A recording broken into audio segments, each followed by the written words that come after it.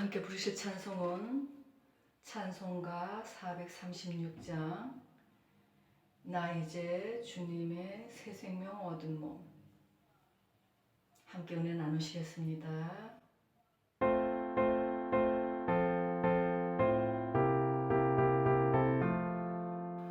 나 이제 주님의 새 생명 얻은 몸, 가슴 지나고 새 사람이로다. 그 생명 내 맘에 강같이 흐르고 그 사랑에게서 해같이 빛난다. 영생을 누리며 주 안에 살리라.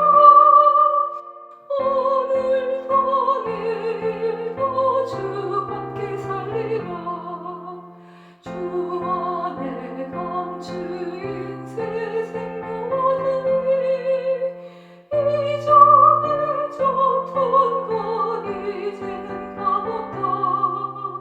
하늘의 은혜와 평화를 맛보니 찬송과 기도로 주 함께 살리라. 영생을 누리며 주 안에 살리라. 오늘도 내일도 주 함께 살리라. 산천도 조목도 새것이 되었고 죄인도 원수도 친구로 변한다. 새 생명 얻은 자 영생을 누리니 주님을 모신 밤 새 하늘이로다. 영생을 누리며 주 안에 살리라. 오늘도 내일도 주 함께 살리라.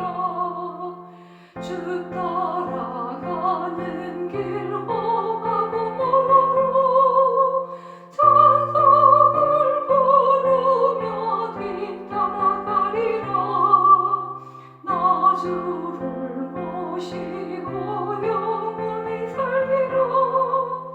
날마다 섬기며 주 함께 살리라. 영생을 누리며 주 안에 살리라. 오늘도 내일도 주 함께 살리라.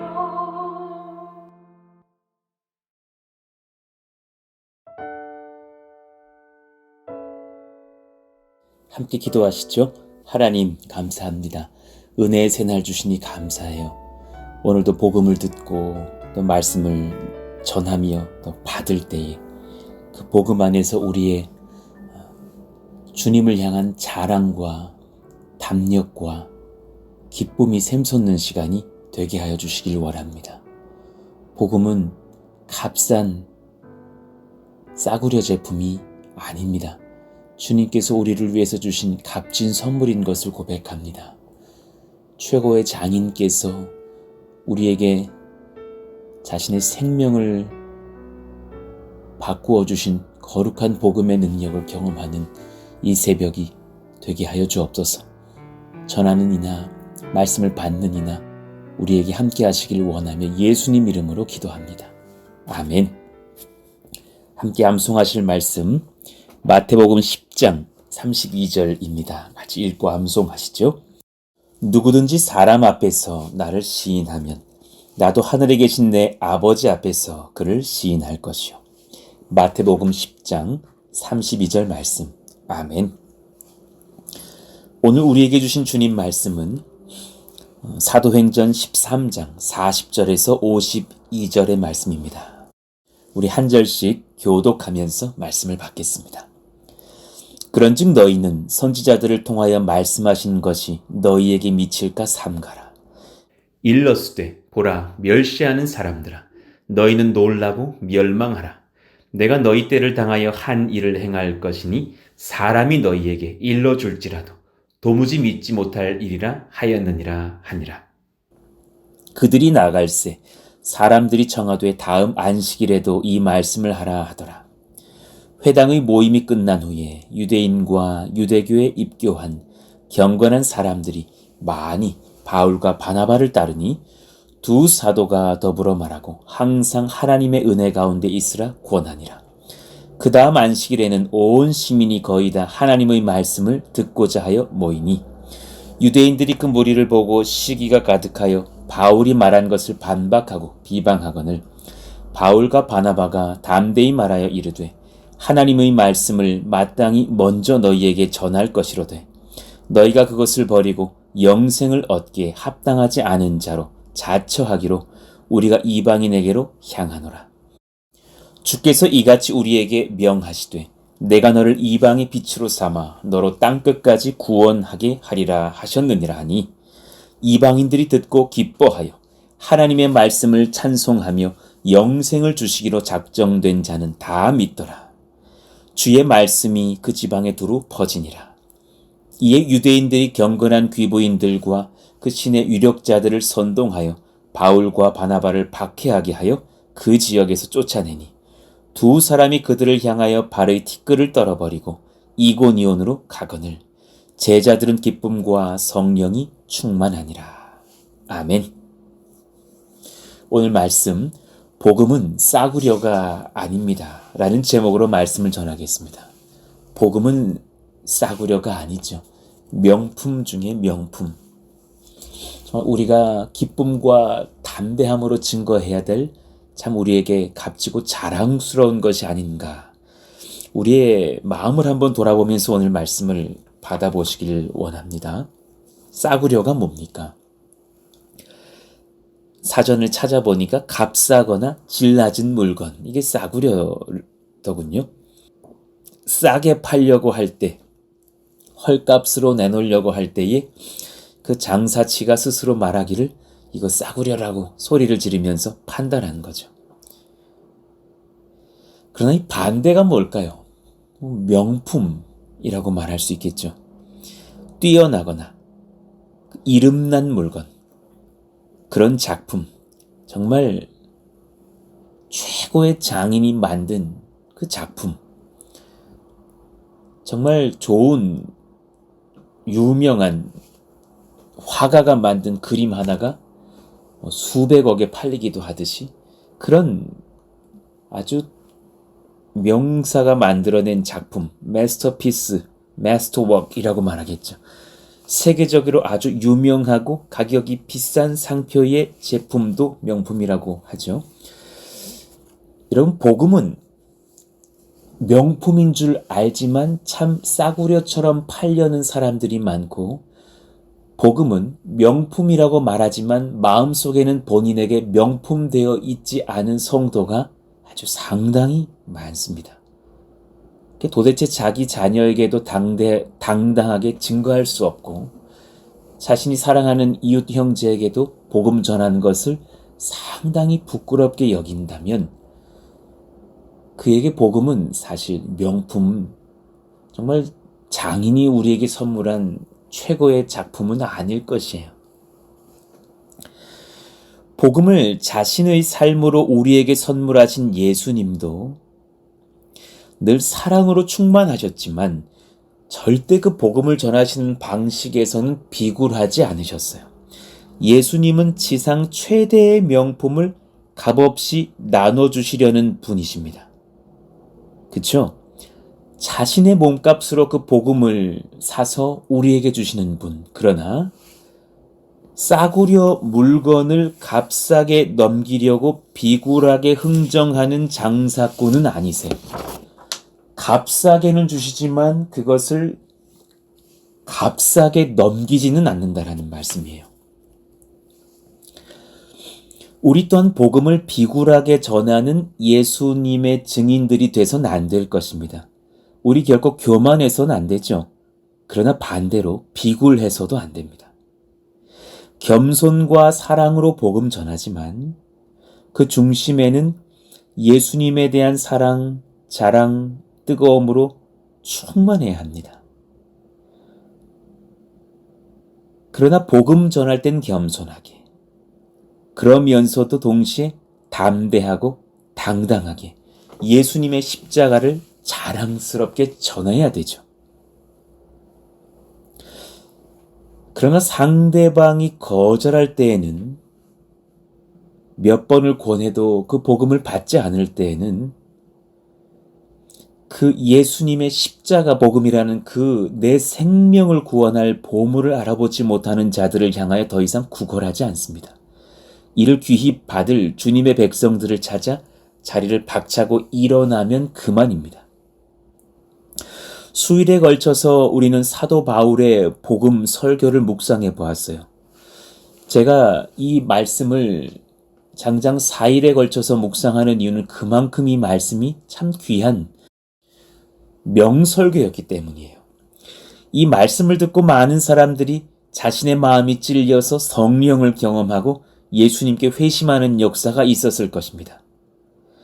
그러나 꼭 그 자리에 동시에 이 말씀 거절하고 바울을 비방하려는 악인들도 있었어요. 항상 그렇습니다.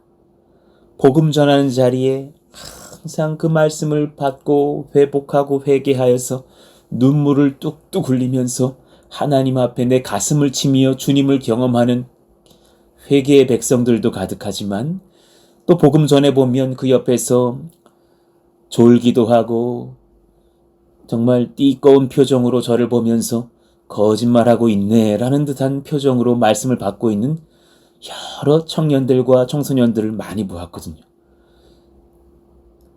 항상 그 양쪽의 진영의 사람들이 있는 거예요. 복음은 항상 사람들을 양과 염소로 나눕니다. 물론 저는 지금도 그 주님의 복음을 받지 못하는 백성들이 정말 그 마음이 변화돼서 구원받기를 바라는 마음으로 전하는 것이지만요. 달란트 비유의 본질은 그 마태복음 25장에 달란트 비유가 나오거든요. 그 말씀의 본질은 뭐냐면 정말 내 은사만 말씀하고 있는 거에 아니에요. 예수 그리스도 혹은 예수 그리스도로 인하여 받은 소명, 그것이 달란트 비유의 본질이에요. 예수님께 소명을 받은 자라면 한 달란트의 은사가 있더라도 주를 위해서 힘써 달려갈 수 있다. 예수님은 예수님 만난 자의 그 소명 받음을 합당히 여기고 성실하게 살아가는 자들을 기쁨으로 받으신다. 이것이 달란트 비유의 본질이잖아요. 그러니 그 달란트 비유가 맞춰진 뒤에 마태복음 25장 31절 이후에 이렇게 말씀하시는 거예요. 인자가 자기 영광으로 모든 천사와 함께 올 때에 자기 영광의 보좌에 앉으리니 모든 민족을 그 앞에 모으고 각각 구분하기를 목자가 양과 염소를 구분한 것 같이 하여 양은 그 오른편에 염소는 왼편에 두리라. 그때 임금이 그 오른편에 있는 자들에게 이르시되 내 아버지께 복받을 자들이여 나와 창세로부터 너희를 위하여 예비된 나라를 상속받으라. 주님을 영접하는 자들은 오른편에, 주님을 거절하던 자들은 왼편에 두신다 하셨어요.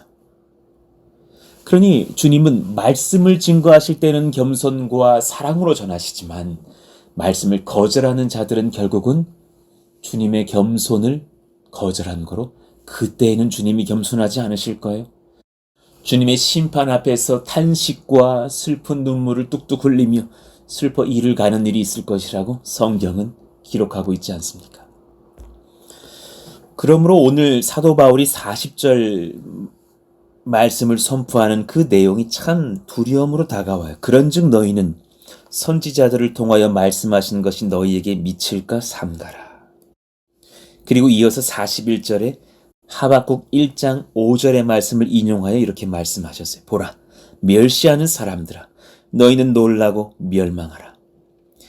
내가 너희 때를 당하여 한 일을 행할 것이니. 하박국 본문 원문을 읽어드릴게요. 1장 5절. 여호와께서 이르시되 너희는 여러 나라를 보고 또 보고 놀라며 또 놀랄지어다. 너희 생전에 내가 한 가지 일을 행할 것이라. 하나님의 아들을 이 땅에 보내시는 일. 그리고 나선 무엇이라 말씀하십니까? 누가 너희에게 말할지라도 너희가 믿지 아니하리라. 끝까지 주님을 부인할 악인들이 누구신지 주님은 아시죠. 그 사람들을 향해서 주께서 하시는 말씀이 너희들은 내 아들의 그 사랑의 십자가를 진 것과 죽고 부활한 것과 그 복음이 증거된 것을 부인하였으니 너희들은 심판을 피할 수 없을 것이다. 그렇게 사도 바울이 이 설교의 마지막을 이렇게 끝낸 이유는 특별히 그 말씀을 부인하는 자들의 그 심정을 느꼈기 때문이 아닐까요? 설교를 해보면요, 말씀을 받는 자들과 말씀을 거절하는 자들 명확하게 알거든요. 정말 성령에 붙잡혀서 설교하는 목회자들은 아마 다 알 수 있을 거예요. 저 사람은 지금 심령으로 말씀을 받고 있다. 저 사람은 지금 거절한다. 느껴지거든요. 아마 사도 바울도 느꼈을 것입니다. 42절, 그들이 나갈새 예배가 마쳐지고 사람들이 이제 회당에서 나올새 사람들이 청하되 다음 안식일에도 이 말씀을 하라 하더라. 비시디아 안디옥의 유대인들은 다음 주에도 그 안식일이 되었을 때 말씀 전할 수 있도록 바울에게 기회를 주었어요. 말씀을 듣고 예수님을 영접하는 자들에게서는 그 말씀이 너무나도 다시 듣고 싶은 은혜의 진리가 되었기 때문에 이 부탁을 하였을 것이죠. 그러나 그 의도가 순수하지만은 않았을 거예요. 어떤 자들은 그 말씀 거부하는 자들에게는 그 말씀 선포의 기회는 바울을 반박하고 비방할 기회를 찾는 자리가 될 것이에요. 예수님 드러내시는 하나님의 말씀, 우리에게 정말 얼마나 귀한 것입니까? 그 말씀을 통하여서 예수님을 거절하지 않고 심령의 나의 주님으로 모신 자, 얼마나 복받은 것입니까? 43절, 회당의 모임이 끝난 후에 유대인과 유대교에 입교한 경건한 사람들이 많이 바울과 바나바를 따르니, 예수님을 더 알고 싶어서 그렇게 바울과 바나바에게 몰려드는 자들에게 두 사도가 더불어 말하고 항상 하나님의 은혜 가운데 있으라 권하니라.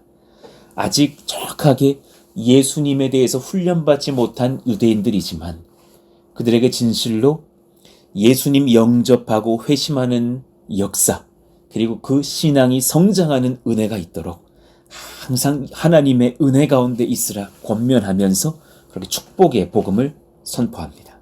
그리고 한 주가 지났어요. 그 다음 주 안식일이 되었습니다. 44절, 그 다음 안식일에는 온 시민이 거의 다 하나님의 말씀을 듣고자 하여 모이니, 그러니 회당으로 몰려든 안디옥에 살던 유대인들이 가득했다라고 증거하는 것이죠. 다수의 성도들은 이 말씀 듣고자 했습니다. 지금 누가가 강조하고 있는 이 사도행전 13장 말미의 기록의 이 강조점은 바로 여기 있어요. 바울의 설교에 하나님의 능력과 은혜가 부어짐에 있어서 비시디아 안디옥 온 성이 들썩했다라는 거예요. 많은 무리가 바울의 그 복음 설교를 듣기 위해서 회당으로 몰려왔다라는 그 은혜의 사실을 강조하고 있어요. 그러니 이 예배를 통하여서도 주를 만난 백성들이 많았을 거예요. 놀라운 부흥성회가 되지 않았을까. 그러나 놀랍게도 아마도 그 자리에는 여전히 바울을 싫어하면서 반박하려는 유대인들이 많이 있었을 거예요. 45절, 유대인들이 그 무리를 보고 시기가 가득하여 바울이 말한 것을 반박하고 비방하거늘. 언제라도 그런 사람들은 있어요. 그러니 여러분, 우리는 이 진리에 흔들림이 없어야 돼요. 복음은 싸구려가 아닙니다. 복음을 거절한다고, 우리가 거절당한다고 예수님이 가짜가 아니니 담대하시기 원합니다. 싸게 팔아 넘기려고 비굴하게 흥정하는 마음으로 복음은 전달될 수 없습니다. 그렇게 전달되지도 않습니다. 복음을 가볍게 여기는 자들은 결국 본인이 하나님을 가볍게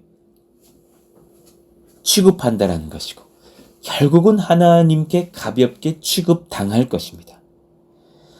복음을 비굴하게 두렵고 떨리는 마음으로 벌벌벌벌 떨면서 전하는 복음 전도자가 있다면 그 누가 믿으려고 하겠어요? 지도 믿지 못하는 것처럼 전하는 복음을 누가 믿습니까? 복음을 거부하는 장자들이 있다면 하나님은 오히려 그 복음을 사모하는 차자들을 찾아서 그들을 도리어 장자들로 바꿔 세우실 것입니다. 마태복음 22장이 바로 그 말씀을 증거하고 계시죠. 예수께서 다시 비유로 대답하여 이르시되 천국은 마치 자기 아들을 위하여 혼인잔치를 베푼 어떤 임금과 같으니 그 종들을 보내어 그 청한 사람들을 혼인잔치에 오라 하였더니 오기를 싫어하거늘. 아니, 초대된 백성들이 잔치 들어오기를 싫어하는 거예요. 다시 다른 종들을 보내며 이르되 청한 사람에게 이르기를 내가 오찬을 준비하되 나의 소와 살찐 짐승을 잡고 모든 것을 갖추었으니 혼인잔치에 오소서 하라 하였더니 그들이 돌아보지도 않고 한 사람은 자기 밭으로 한 사람은 자기 사업하러 가고 그 남은 자들은 종들을 잡아 모욕하고 죽이니. 얼마나 그 주인과 그가 베푼 잔치를 업수히 여긴 거예요.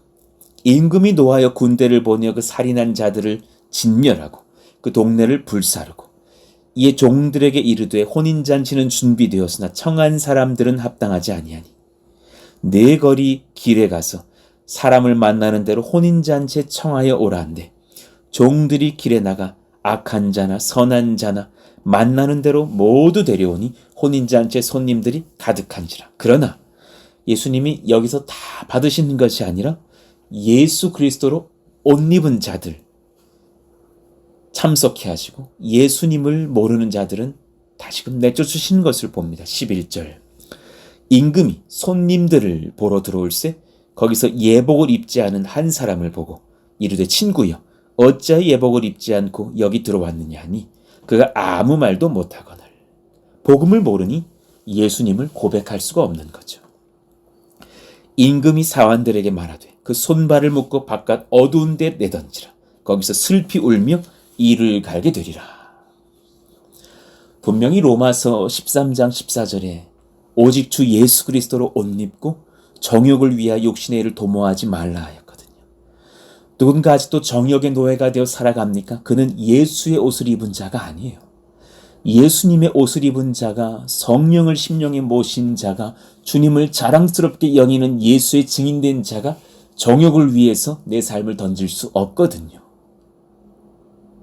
그는 예수님이 지금 부끄러운 상태 아닙니까? 그래 주님이 말씀하시는 거예요. 마태복음 22장 14절에 청함을 받은 자는 많되 택함을 입은 자는 적으니라. 이것이 주께서 복음을 전하는 방식이신 거예요.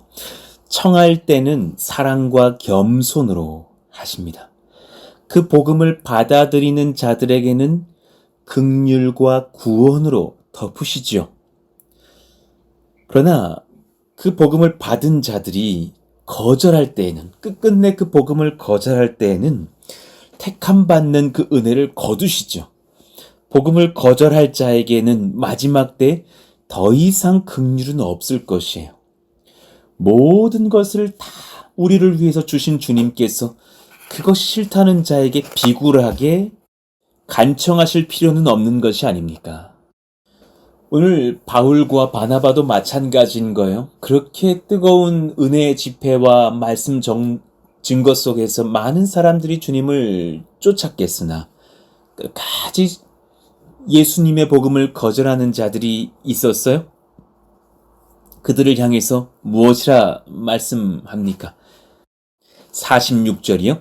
바울과 바나바가 담대히 말하여 이르되 하나님의 말씀을 마땅히 먼저 너희에게 전할 것이로되 너희가 그것을 버리고 영생을 얻기에 합당하지 않은 자로 자처하기로 스스로가 자처했다라는 거예요. 우리가 이방인에게로 향하노라. 주께서 이같이 우리에게 명하시되 내가 너를 이방의 빛으로 삼아 너로 땅끝까지 구원하게 하리라 하셨느니라 하니 이방인들이 듣고 기뻐하여 하나님의 말씀을 찬송하며 영생을 주시기로 작정된다는 다 믿더라. 앞으로 사도 바울이 그렇게 만나게 될 수많은 이방인들이 얼마나 많이 주께 돌아왔는지를 그렇게 앞서서 먼저 기록하고 있는 것 아닙니까? 주의 말씀이 그 지방에 두루 퍼지니라. 그러니 여러분, 우리도 이 한 가지 적용했으면 좋겠어요. 비굴하지 않는 청지기가 됩시다. 여러분, 복음 증거할 때에는 비굴하지 않은 청지기 돼야 돼요. 그러려면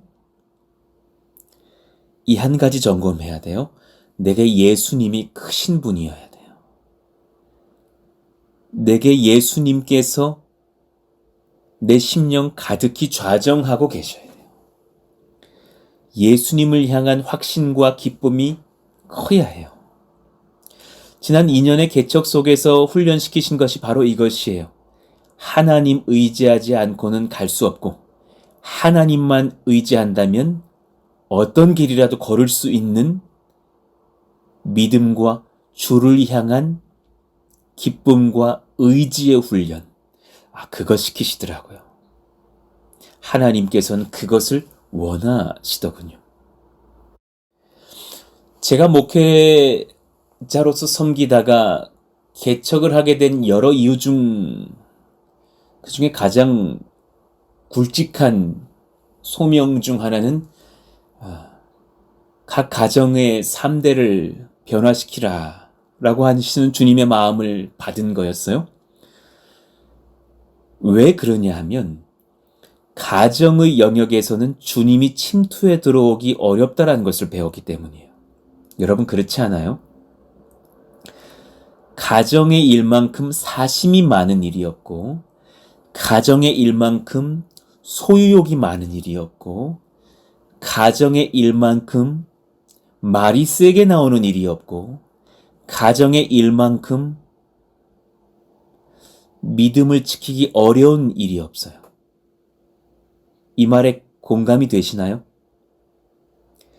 많은 집사님, 권사님들 교회에서는 참 잘한다니까요. 그분 믿음을 보면 내가 배워야 될 정도로 순전하신 분들 너무 많이 뵀어요.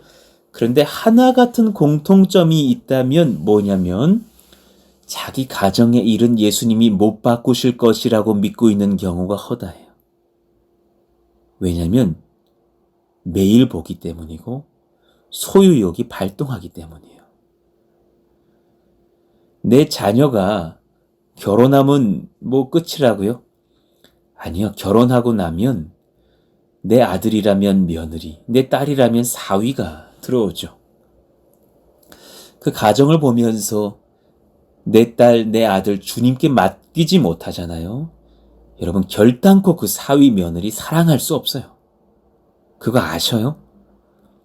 그럼 조금만 갈등이 있으면 내 눈에 가시 같은 게 내 며느리고 내 사위이기 때문에 차라리 세상 눈으로 보면 이혼하고 내 자식으로 돌아오게 하는 게 낫지, 그거 은혜의 눈으로 바라보기 어렵다니까요. 내 소유라는 것을 내려놓고 내 인생도, 내 아들의 인생도 하나님의 소유입니다. 하나님께서 전부이십니다. 나는 그 아들 못 바꾸고, 나는 내 남편, 내 딸 못 바꿔도 예수님은 바꾸십니다. 라고 믿기 시작해야 그 가정 문제가 해결되거든요. 근데 그것 정말 못하는 게 가족 일이라. 그런 일들 돕는 교회 하나는 있어야겠다 싶어서 개척한 것도 맞다니까요.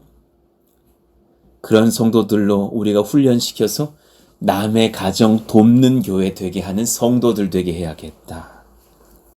내년 가을쯤 되면 아마 그런 일이 무엇인지 경험하게 되실 줄로 압니다. 아직은 그걸 제가 그 칼을 뺄 때가 아니라서 다 말씀을 못 드리고요. 그 중심에 한 가지 있어요. 하나님은 하셔요. 하나님이 커져야 돼요. 예수님의 복음이 커져야 돼요. 예수님의 복음은 어떤 사람도 바꿀 수 있고, 예수님의 복음은 내게 너무나 기쁨이며 부끄러움이 아니라 자랑이고 모든 것이 되면 가능해요. 부부의 이혼 문제의 중심에 예수님이 있다는 것을 아십니까? 자녀의 진로와 자녀의 꿈이 없고 자녀의 게임 중독의 상황 중에 부모와의 관계와 그 중심에는 예수 그리스도에 대한 주되심이 없다라는 것이 있다는 것을 아십니까? 용서치 못함, 가정의 문제, 한숨과 깊은 골, 경제의 문제, 그 중심에 예수님이 계시다는 것을 아십니까? 모든 문제의 중심에는 사실 예수님이 부재하다라는 것이 있어요. 그 자리에 나라는 우상이 자리 잡고 있으니 모든 것이 어그러져 있고 그리고 돌아올 수 있는 확률이 없다라고 믿으니 절망하고 있는 것들이 우리들의 가정 문제라. 하나님께 맡기면 해결되기 시작하고 염려가 사라지고 예수의 복음이 우리 가운데 자랑이 되며 그때 우리는 성령 안에서 은혜와 기쁨으로 충만할 수 있어요. 바나바와 바울은 안디옥으로부터 결국 추방을 당합니다. 그곳에서 동쪽으로 약 한 120km 정도의 거리 위치한 이고니온으로 사실은 그렇게 떠나가게 되죠. 상황으로 보면 슬픈 일이고 사람의 생각으론 이건 못할 목회고 선교지만 그들에게 상심이 없었어요. 오히려 예수님으로 인하여서 복음 전하다가 거절을 받는 것도 기뻐하였어요. 왜냐하면 예수님이 그들의 전부로 좌정하셨으니까. 52절 제자들은 기쁨과 성령이 충만하니라. 얼마 전에 그 올림픽 무슨 경기 중 하나를 이렇게 유튜브 짧은 동영상으로 보고 있는데요. 그 외에 그 높이뛰기요. 남자 높이뛰기. 야, 거기에서 4위를 차지하고 너무나 즐거워하는 우상혁 선수를 보게 됐어요. 25살의 청년으로 육군 체육부대 소속인 군인입니다. 그런데 할 수 있다, 할 수 있다 스스로에게 외치면서 그냥 잘 되지 않을 때에는 그리고 긴장이 될 때에는 오히려 관중들에게 박수해달라고 본인이 막 그렇게 유도하면서 막 팔을 휘저어가면서 박수 쳐달라고 저를 위해서 응원해달라고 막 호응을 요청하시더니 너무나 기쁨으로 그냥 즐겁게 뛰어가서 몇 미터입니까? 2m 35cm를 넘어서 한국 신기록을 세우는 모습을 봤어요. 1997년에 6월 20일에 전국 종합 선수권 대회에서 이진택 선수가 뛰었던 2m 34 한국 신기록의 제3 신기록 경신을 하면서 이날 본인은 사실 3등 안에 들지 못하고 4위가 되어서 메달은 따지 못했지만 너무나 행복해하고 즐거워하는 거예요. 그 일전에 왜 우리나라 선수들이 은메달 따고도 막 울던 모습 있잖아요. 제가 죄송합니다. 국익을 선양하지 못해서 슬픈 마음입니다. 이러면서 무슨 범죄자라도 된 것처럼 이 사람은 동메달도 못 땄다니까요. 근데 너무 기뻐하면서 나는 나를 이겼다고. 그의 인터뷰를 보니까 너무 행복하고 즐겁게 뛰어서 내가 어떻게 뛰었는지도 잘 기억이 안 나. 영상 보고 깨달았다. 너무 청년의 모습이 보이는 거예요. 어제는 그래서 새벽에 숙소로 들어와서 먹고 싶었던 불닭 볶음면을 먹었다. 오랜만에 먹으니 너무 맛있었다. 그러면서 그의 당찬 포부를 밝히는 거예요. 2m 38. 제가 이제 남은 목표가 있다면 3cm를 더 높여 뛰는 것이라고. 저에겐 최종 목표입니다. 이번에 2m 37, 39 뛰어보면서 잘 되지 않는 것을 보면서 그리고 2m 35까지는 뛰어내는 것을 보면서 저의 목표를 이룰 수 있는 시간이 단축됐다는 걸 느꼈다. 이제 얼마 남지 않았구나 생각합니다. 목표를 더 높일 생각은 없습니다. 높이 뛰기 위해서 자기 키보다 50cm 이상을 넘으면 중력을 무시하는 사람이라고 생각합니다. 마의 벽을 넘고 싶습니다. 탕찬 포부를 밝히면서 기쁨으로 4위를 감당하고 그렇게 게임을 마무리하는 것을 봤어요. 나 저렇게 목회하고 싶더라니까요. 저는 사실 지금 너무 행복해요. 100여 명 모여있는 이 교회가 너무 행복해요. 더 빨리 부흥하지 않았으면 좋겠어요. 아마 대형 교회에서 목회하시는 분들 이 기쁨 모르실걸요. 지금이 너무 소중하고 너무 감사하고 한 분 한 분이 너무 귀하고 행복하고 이분들의 가정을 다 도울 수 있는 마음 같아서 감사하고 그래요. 우리 여러분 이 현장에서 예수님 바라보면서 예수님의 크심을 보면서 기뻐할 수 있었으면 좋겠어요. 그 눈으로 내 남편을 보면 기뻐할 수 있어요. 그 눈으로 내 아내를 보면 만족할 수 있어요. 그 눈으로 내 자녀들을 보면 소망을 느낄 수 있어요. 그 눈으로 우리 교회를 보면 코로나로 견딜 수 있어요. 그 눈으로 이 나라를 보면 하나님의 눈으로 보면 소망이 있어요.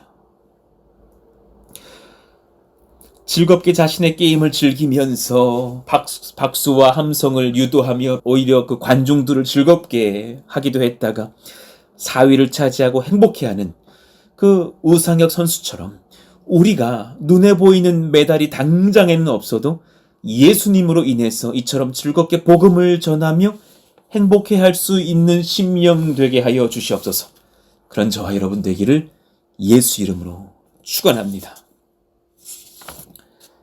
오늘 말씀을 기억하시면서 우리 같이 찬송하실까요? 493장 나 이제 주님의 새 생명 얻은 몸. 이 귀한 찬양이요. 여러분 이 찬양은 정말 복음이 싸구려가 아닌 인생만 부를 수 있는 찬양이에요. 영생을 맛보며 주 안에 살리라. 오늘도 내일도 주 함께 살리라. 그렇게 고백할 수 있는 이유는 내가 오늘 똑같이 사는 것 같으나 옛사람은 벗었고 예수 만나서 완전히 새 사람 됐다라는 예수님을 향한 그 복음의 감격이 너무 크기 때문이에요. 그 주님을 높이시면서 내 안에 쭈그려 앉아 계신 싸구려 예수님이 아니라 내 안에 예수님은 정말 명품을 만들어내시는 정말 마스터가 되십니다. 정말 당신은 나에게 참 모든 것입니다. 고백할 수 있는 저와 여러분 되기를 원합니다. 우리 같이 한번 1절 크게 부르고 기도하시죠. 나 이제 주님의 새 생명 얻은 몸 옛 것은 지나고 새 사람이로다. 그 생명 내 맘에 강같이 흐르고 그 사랑 내게서 해같이 빛난다. 아멘. 영생을 맛보며 주 안에 살리라. 오늘도 내일도 주 함께 살리라. 아멘. 이런 찬송을 부를 수 있게 하신 우리 예수님을 찬송합니다. 감사합니다. 오늘 말씀 붙잡고 예수님 제 안에서 정말 존귀하신 주가 되시기를 원합니다. 너무나 기뻐하는 내 안에 명품이 되신 주님을 즐거이 전할 수 있는 나의 입술, 때로 거절당한다 할지라도 우리가 비굴해지는 것이 아니라 오히려 그 거절한 자들을 긍휼히 여기면서 예수님의 복음을 즐거이 흘려갈 수 있는 저희들 다 되게 하여 주시고 우리 가정의 문제들을 돌아보며 우리 교회의 또 기도 제목들, 나라를 위한 기도 제목들 돌아볼 때에 문제만 보며 힘들어하는 인생 되지 않게 하여 주시고 주님께는 문제도 아닌 것 갖고 하나님께 간구할 때 응답하실 거라는 확신 가지고 기도하는 주님이 내 안에 크신 그 믿음 허락하여 주옵소서. 같이 한번 주여 부르시고 기도합니다. 주여! 하나님 감사합니다. 은혜의 말씀을 받으니 감사합니다. 하나님, 누군가는 자신의 그 높이 뛰기에 도전함에 기쁨으로 즐거움으로 뛰면서 당장 금은동 메달은 따지 못했으나 내 꿈을 이뤘다고 나는 또 나의 미래를 향해서 달려간다고 말하는 그 청년처럼 하물며 자기의 목표를 향해서도 그렇게 기뻐하는 사람이 있는데 우리는 예수님을 만나서 예수님, 나의 전능자를 경험하였으니 그분을 기뻐하며 꿈을 꾸며 소망을 잃지 않으며 그 예수님으로 또한 많은 사람들에게 생명을 흘려가며 전도하며 어려운 일을 만나거든 예수 이름으로 기도하면서 하나님의 나라를 완성해가는 모든 권속들 하나님 다 되게 하여 주시옵소서.